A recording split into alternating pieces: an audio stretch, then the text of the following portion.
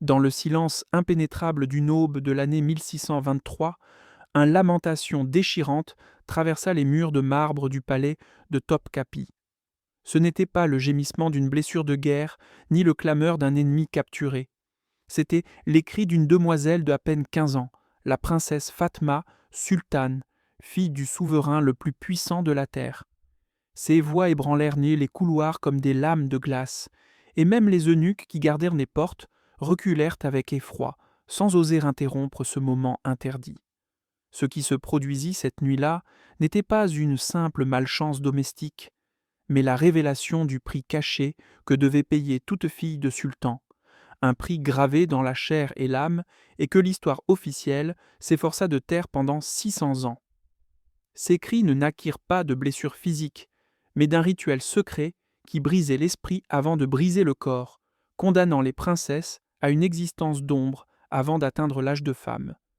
Pendant plus de 6 siècles, l'Empire ottoman maintint un protocole de préparation matrimoniale si sinistre que même les ennemis les plus féroces du trône n'auraient pas souhaité cela pour leur propre fille. C'était un système soigneusement effacé des chroniques cachées derrière des tapisseries et des murailles dorées, et seulement redécouvert des siècles plus tard grâce à des documents trouvés dans les archives secrètes d'Istanbul en l'année 2019. Des millions d'âmes dans le monde, des paysannes aux dames de cour, rêvaient de la fortune de vivre comme des princesses ottomanes entourées de soie, de bijoux et d'obéissance. Mais derrière ces murs resplendissants, ce n'était pas le luxe qui habitait, mais un cauchemar si raffiné que beaucoup de ces jeunes filles préféraient la mort à l'acte conjugal. Et maintenant, dans cette narration, vous comme moi serez témoins de la vérité cachée qui resta sous clé pendant 6 siècles. Préparez-vous, car ce que vous allez découvrir n'est pas un conte de fées, mais un récit d'horreur soigneusement déguisé en cérémonie impériale. Avant de poursuivre, je vous demande quelque chose.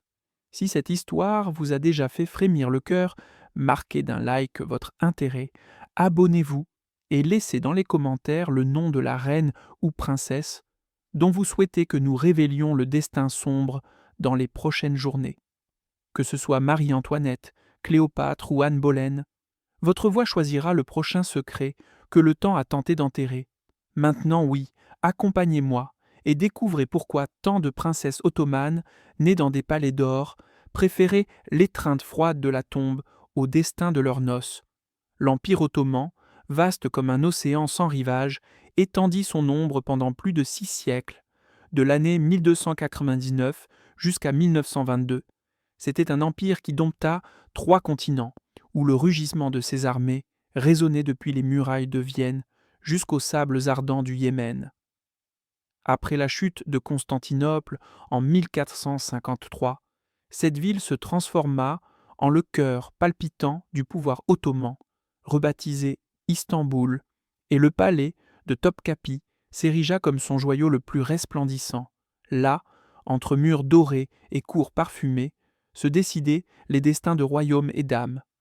Dans ces chambres secrètes, cachées derrière des lattices et des couloirs infinis, le harem impérial se convertissait en un monde parallèle où habitaient plus de 800 femmes pendant les temps de plus grand éclat. C'était un univers fermé, tissé de fils de soie et de pouvoir, où chaque respiration était surveillée et chaque geste pouvait signifier ascension ou condamnation. À partir de 1530, quand Soliman le Magnifique conféra le titre de Haseki sultan à son épouse Hurrem, le harem ne fut pas seulement un espace de plaisir, mais un scénario d'intrigue, d'alliance et de guerre féminine silencieuse. Les concubines, en majorité des esclaves chrétiennes, capturées dans des terres lointaines d'Europe ou achetées sur des marchés d'Afrique du Nord, arrivaient au sérail avec des espoirs d'ascension.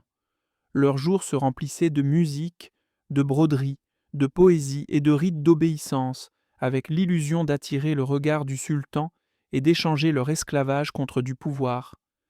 Paradoxalement, ces jeunes filles arrachées à leur foyer avaient en beaucoup d'aspects plus d'options de liberté que les filles nées au sommet impérial lui-même. Le soi-disant sultanat des femmes entre 1533 et 1656 montra avec force l'empreinte féminine dans les destins de la dynastie. Des femmes comme Kösem Sultan ou Turhan Atisso. Sultans arrivèrent à manier les rênes de la politique, guidant des conseils, décidant des guerres et écrivant de main ferme des chapitres de l'histoire ottomane. Cependant, tandis qu'elles montaient comme figures de pouvoir, les princesses de sang royal restaient piégées dans un labyrinthe plus sombre. Elles étaient des pièces d'un échiquier diplomatique, des monnaies humaines qui scellaient des pactes, refrénaient des rébellions ou assuraient la loyauté de puissants pachas. C'est dans ce contexte que naquit la princesse Fatma Sultane en l'année 1606, fruit de l'union entre le sultan Ahmed Ier et la redoutée Kösem, cette femme capable de gouverner dans l'ombre comme si elle était empereur. Fatma grandit entre jardins parfumés et leçons d'astronomie, entre manuscrits arabes et persans, entre érudits qui louaient son intelligence et chroniqueurs qui admiraient sa beauté. Mais ni son savoir, ni son talent, ni la protection de sa mère ne pouvaient la libérer d'un destin écrit depuis le berceau, être livrée en mariage comme garantie de pouvoir et d'obéissance.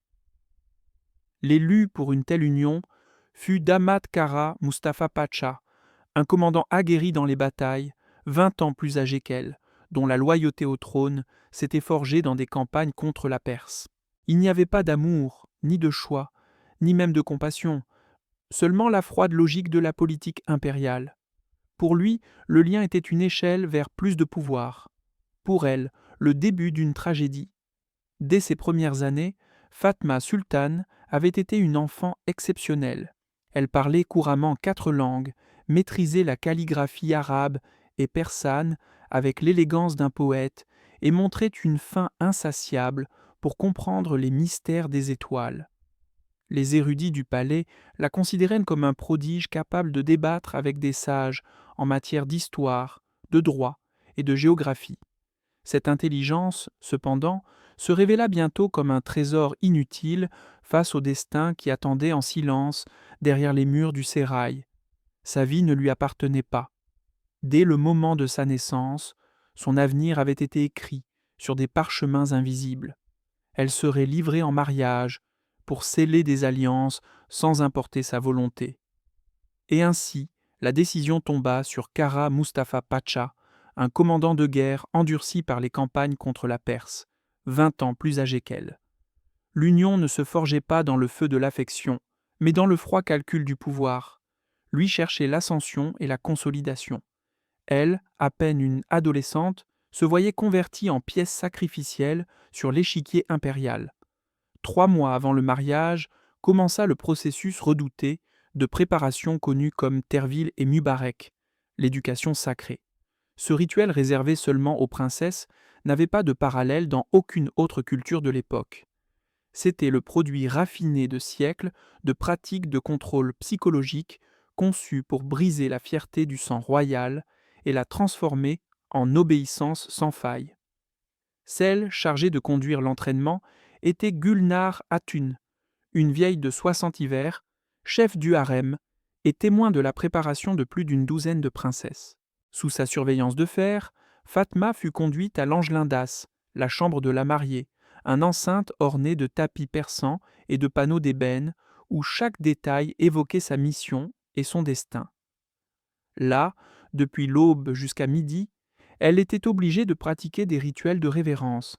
Elle devait maîtriser 18 formes distinctes d'inclinaison, des postures conçues pour saluer, pour servir, pour s'allonger et pour se préparer en silence avant l'arrivée de son époux. La marche elle-même se convertissait en discipline. Fatma apprenait le yuruyush et le cesse, des pas mesurés avec précision, tête inclinée à un angle de 30 degrés, mains contrôlées pour ne jamais s'élever au-dessus du cœur. Chaque mouvement annulait son ancienne dignité princière et la moulait en une figure docile soumise. La parole, cependant, était le tourment le plus cruel. Son vocabulaire fut réduit à peine 43 mots autorisés, des expressions de gratitude, d'acceptation, de supplication humble ou d'excuse. Toute déviation, toute tentative d'exprimer une pensée libre était punie par des jeûnes forcés, l'enfermement dans des cellules de réflexion ou des humiliations publiques. La princesse devait être examinée devant un tribunal de femmes et d'eunuques présidé par Kösem elle-même, qui jugèrent son obéissance comme si c'était une monnaie sur un marché. Et il restait encore l'aspect le plus perturbant, les essais de la première nuit appelés Talim Vegerdek. Dans des chambres souterraines du palais s'érigeaient des répliques exactes de chambres nuptiales où la princesse devait affronter des mannequins de cire, des figures anatomiques commandées à des artisans vénitiens. Là, sous le regard d'instructrices sévères, Fatma était forcée d'essayer des gestes et des actes qu'aucune jeune de son âge ne devrait connaître. Chaque réaction était notée dans des registres codifiés. Sa peur, ses larmes, sa résistance, et chaque signe de rejet la condamnait à plus de cession, plus de douleur, plus de conditionnement. Ainsi, peu à peu, la jeune qui avait aimé les cieux étoilés se transforma en un corps docile, un esprit domestiqué, prisonnière d'un rituel qui la dépouillait de son identité. La princesse Fatma n'était plus fille d'empereur, mais apprentie de sa mission. Le processus d'adiestramiento ne s'arrêtait pas aux postures, à la marche ou au silence imposé. Fatma Sultan fut soumise à un ensemble d'épreuves qui cherchaient à dompter non seulement son corps, mais aussi son esprit. Tout geste de résistance, un regard altier, un soupir déplacé, était puni avec sévérité. La punition pouvait être un jeûne prolongé jusqu'à l'épuisement, l'enfermement dans des cellules humides appelées chambres de réflexion, ou la répétition humiliante des rituels devant toute la cour féminine, comme si elle était une esclave désobéissante. À côté du contrôle physique s'ajoutait un programme de purification mentale. Fatma devait mémoriser des dizaines de vers extraits de traités ottomans et persans sur l'obéissance conjugale, récités à Vamezia à haute voix devant des concubines et des eunuques qui agissaient comme juges, des textes du Nazihat al-Muluk d'Al-Ghazali et des fragments de l'Akhlaq-i-Naziri lui étaient imposés avec des mots qui exaltaient la soumission, le sacrifice et l'obéissance maritale comme vertu suprême. La jeune princesse, qui avant récitait des poèmes d'amour et d'astronomie, maintenant répétait d'une voix éteinte des vers qui annulaient sa volonté. La prière se transforma en une autre chaîne invisible. 5 fois par jour, à des moments strictement marqués, Fatma devait prier des prières spéciales créées par les ulémas de l'Empire. Ce n'étaient pas des supplications de foi libre, mais des oraisons composées avec un unique but, effacer l'individualité de la princesse et glorifier la livraison absolue à son époux. Ces postures de prière mélangeaient dévotion religieuse avec gestes de sa mission matrimoniale, convertissant le sacré en instrument de contrôle. Mais les humiliations ne s'arrêtaient pas là. 2 fois par semaine, devant toute la cour féminine, Fatma devait servir personnellement les concubines favorites de son propre père. Elle les lavait, les peignait, les nourrissait de ses mains et même les habillait pour leurs rencontres intimes avec le sultan. Cette cérémonie cruelle cherchait à briser le dernier bastion d'orgueil chez la princesse, l'obligeant à accepter que même les amantes de son père avaient droit à son service. Les témoins notaient que plus d'une fois, Fatma éclatait en sanglots incontrôlables, en sanglotant, tandis qu'elle ajustait les vêtements de ses femmes destinées à partager la chambre impériale. Une semaine avant le mariage, le régime devint encore plus sévère.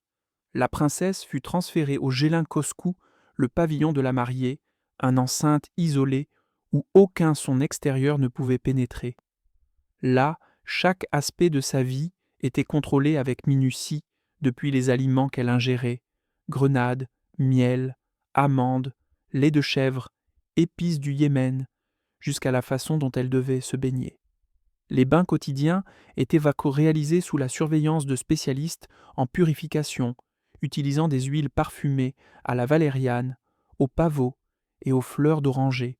Ces élixirs, préparés par des alchimistes formés à Cordoue et Samarcande, contenaient des substances secrètes capables d'induire calme, docilité et, dans certains cas, une sensation d'abandon du soi.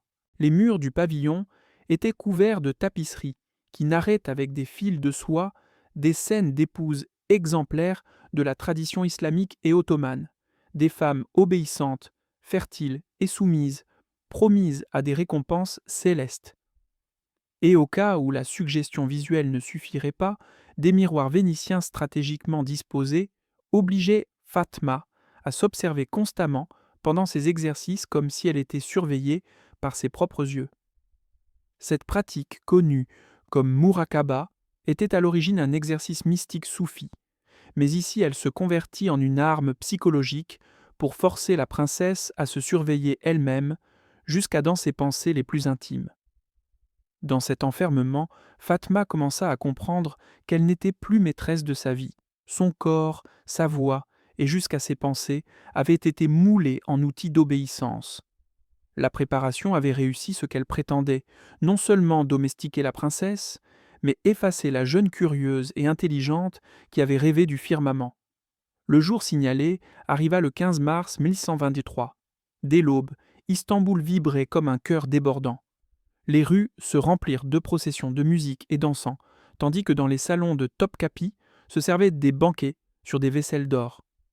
Il y eut des danses apportées de Perse et d'Andalousie, des chants des meilleurs musiciens de l'Empire et des compétitions entre janissaires qui montraient leur dextérité devant les yeux du sultan.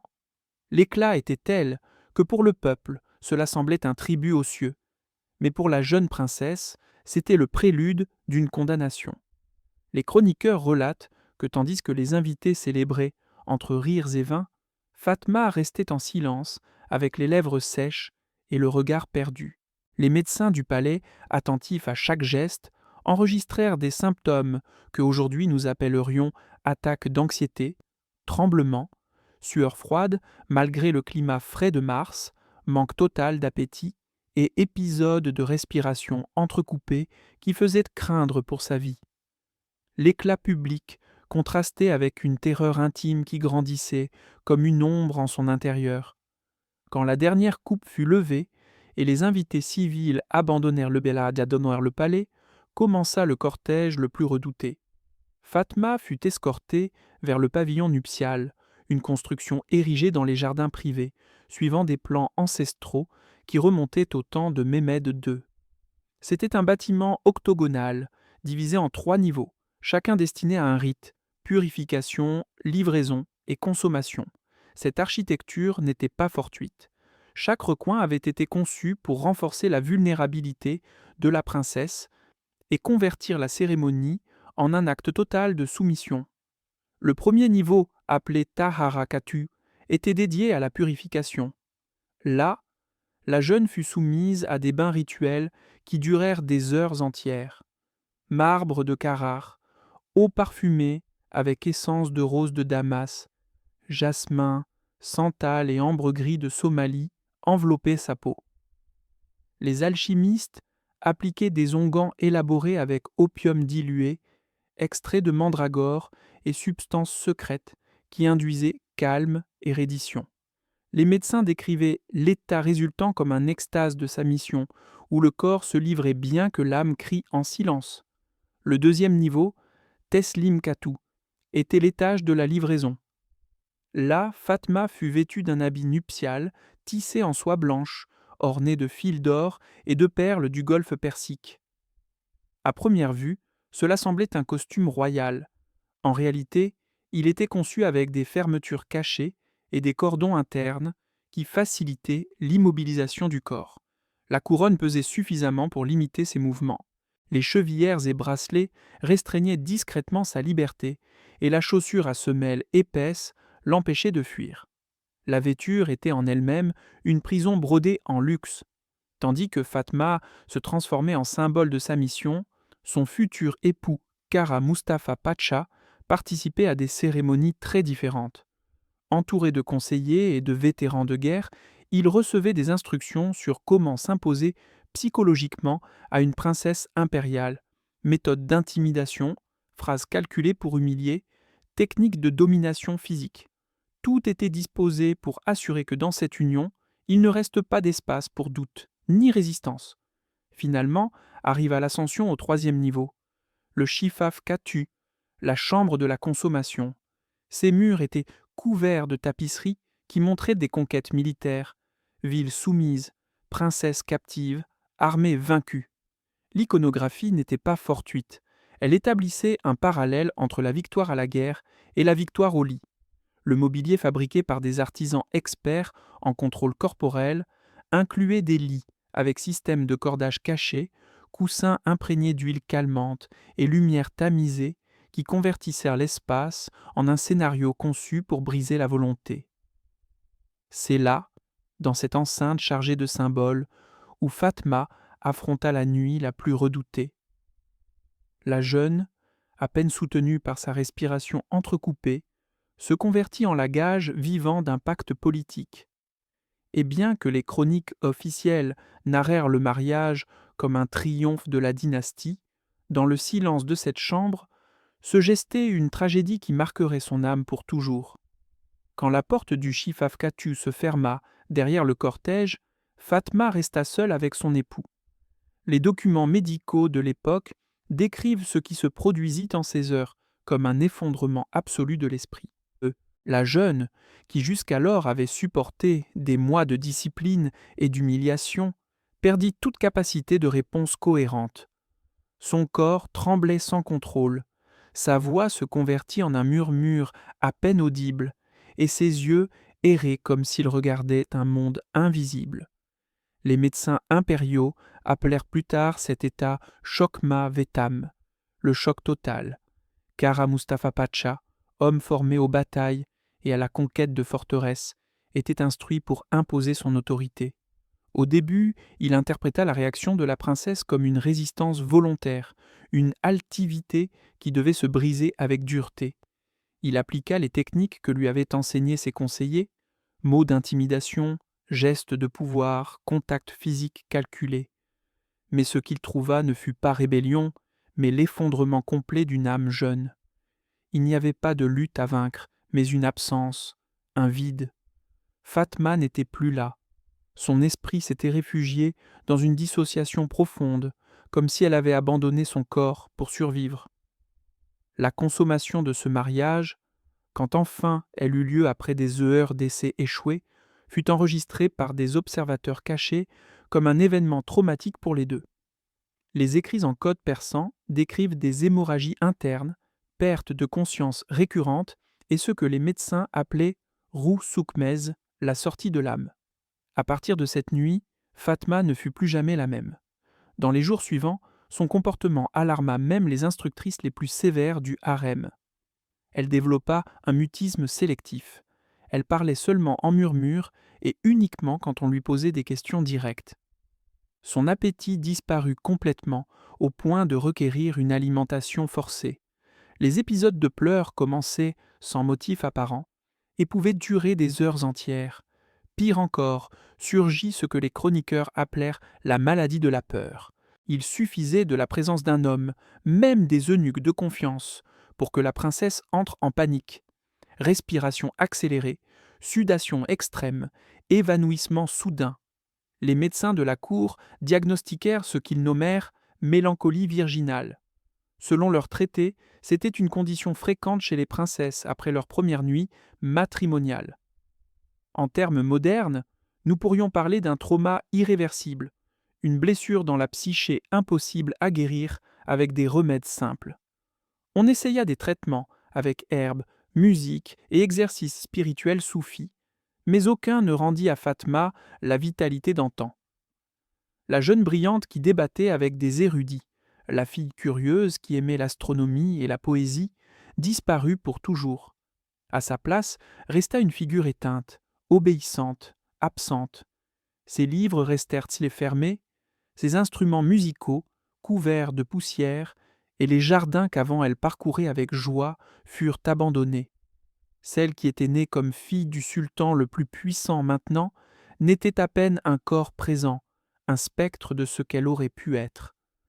Le mariage avec Kara Mustafa Pacha se transforma en une cohabitation mécanique. Il y eut des enfants, il y eut des actes publics, il y eut apparence de normalité, mais dans l'intimité, régnait le silence et la distance. Le propre Pacha, selon ce qui se conte dans des mémoires postérieures, se réfugia dans les campagnes militaires et dans l'opium, essayant de faire taire la culpabilité d'avoir été instrument d'un rituel qui détruisit la princesse. Fatma vécut 29 ans de plus après cette nuit, convertie en ornement de cérémonie, mère obligée et épouse sans voix. Sa mort en 1652, attribuée officiellement à une fièvre cérébrale, coïncida avec l'anniversaire de son mariage. Pour beaucoup à la cour, ce ne fut pas une coïncidence. Ce jour-là, le poids du souvenir se ferma définitivement sur son âme. Le cas de Fatma Sultane ne fut pas une exception, mais un miroir d'un patron répété au long de générations. Les archives du palais, sauvées des siècles plus tard de la poussière et du silence, révèlent que des dizaines de princesses ottomanes souffrirent de destins semblables. Certaines restèrent marquées par le mutisme, d'autres essayèrent d'échapper à travers le suicide ou la folie, et quelques-unes disparurent des registres officiels comme si elles n'avaient jamais existé. La machinerie de l'Empire, si précise dans ses protocoles, sut effacer des traces inconfortables et les revêtir d'euphémismes dans des chroniques soigneusement rédigées. Des documents récemment traduits parlent de princesses qui arrivèrent à feindre leur propre mort pour fuir d'un second mariage, d'autres qui inventèrent des codes secrets pour communiquer avec des sœurs réduites au silence, et de quelques-unes qui, avec une vaillance inouïe, arrivèrent même à solliciter le divorce directement au sultan, défiant un système qui semblait inaltérable. Ces histoires, enterrées pendant des siècles dans des sous-sols et archives interdits, nous montrent que même dans l'obscurité la plus dense, il y eut toujours des éclats de résistance féminine. La tragédie de Fatma est de tant comme elle met à nu une vérité inconfortable. Le pouvoir absolu ne protège pas toujours ceux qui l'incarnent, mais peut les convertir en les premières victimes de leur propre grandeur. Tandis que le monde extérieur imaginait les princesses ottomanes entourées de luxe et de pouvoir, la réalité était une chaîne invisible de soumission, conçue avec la précision d'un mécanisme impérial qui sacrifiait des vies pour maintenir des alliances et des structures. Aujourd'hui, en regardant en arrière, nous comprenons que le harem impérial ne fut pas uniquement un scénario d'intrigue et de soie, mais aussi un théâtre de silence imposé et de larmes étouffées. Ce qui nous fut conté comme conte de princesse était en vérité une construction politique qui dévorait les propres filles du sultan. Et alors surgit la question inévitable. Combien d'autres secrets restent encore cachés dans les archives de palais anciens, attendant d'être découverts? Quels rituels sombres cachèrent les cours européennes, russes ou chinoises? Quel fut le vrai prix que payèrent les femmes destinées à soutenir la grandeur de leur dynastie? Si l'histoire de Fatma vous a ébranlé, n'hésitez pas à nous accompagner dans les prochaines révélations. Abonnez-vous, partagez ce récit avec ceux qui méritent de connaître la vérité derrière les contes de fées et laissez dans les commentaires le nom de la reine ou princesse dont vous souhaitez que soit dévoilé le destin. Peut-être une tsarine russe crainte par sa propre mère, une impératrice chinoise soumise à des rituels macabres, ou une fille de roi européen livrée comme gage d'alliance. Parce que seulement en connaissant ces vérités cachées, nous pourrons dépouiller de son déguisement l'histoire et écouter enfin les voix étouffées de celles qui furent sacrifiées au nom du pouvoir.